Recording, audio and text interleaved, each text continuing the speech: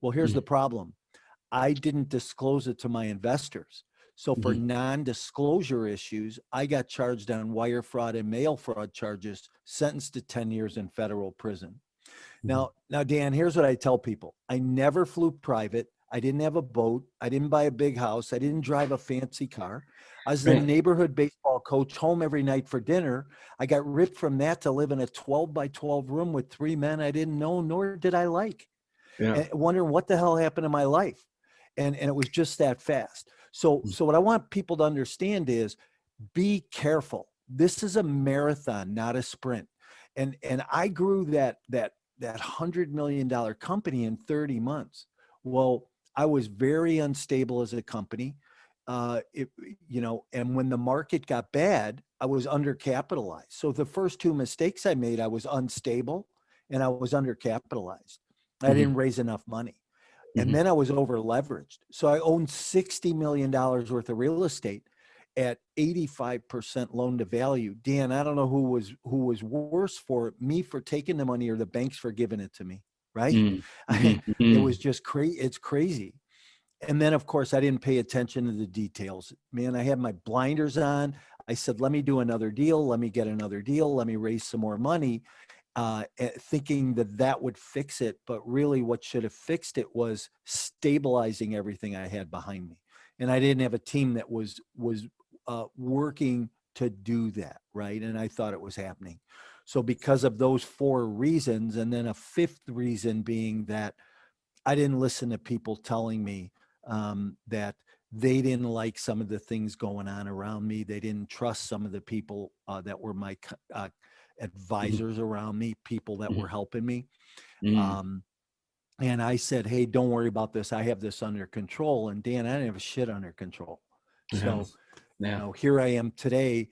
I wound up, 2013, I got sentenced to 10 years in federal prison and I went off to federal prison camp.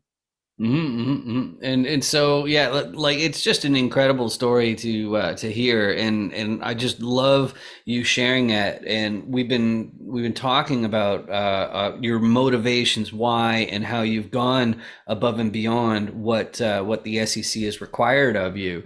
I thought that was pretty amazing because I guess I should put it in the context of 506B me. And sorry for this, shameless plug, but what 506B me is all about is that because I'm the super visible online person, I know that if they're going to find anybody, it's going to be the most visible person. That's me. So I have to be so careful with every single piece. And as I was learning how to sell securities and how to get exemptions and how not to break the rules, I'm going like, well, it doesn't matter if I'm just going to get sued or if I'm going to wind up in jail. I can't afford any of that. So I really have to learn what that is. So what I've done is I've made a system to go beyond what you're supposed to as far as the 506B requirements. 506B, you're not allowed to turn around to somebody and say, "Hey, I got this business. If you invest some money, I'll give you a piece of the profit from that business." You're not allowed to do that unless you have a license to sell securities.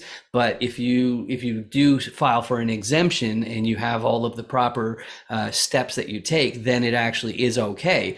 The biggest one is you have to have some reason to know the person and get to know them before you make that offer. So that's exactly what I did with 506B me. And one of the issues I've run into is that people who they don't seem to want to play it by the rules. They want to just go ahead and raise the money and then make it a private thing and keep it secret.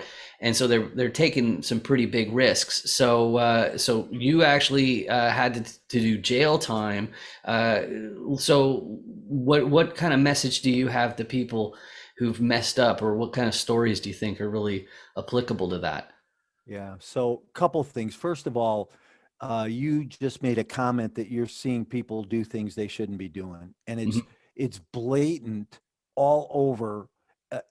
So many people that are raising capital today.